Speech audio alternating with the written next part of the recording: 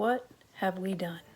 We are in a time of life where most people are scheduling cruises or vacations because our kids are old enough to take care of themselves. And we've just bought an 18-acre farm with a house that needs a major renovation. Video series in itself, getting that house done. So we are embarking on a new season. Lots of things unknown, but if we don't do it now, we'll never do it, right? So here we go on this grand adventure.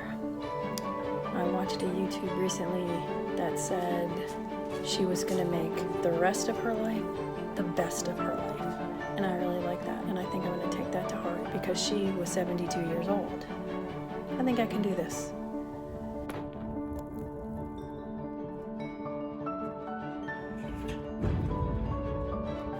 And as a dear friend of mine quoted once when she too was jumping off a cliff, she said, God will either provide us a trampoline or a parachute.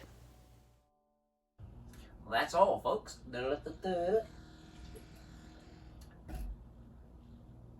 Alright.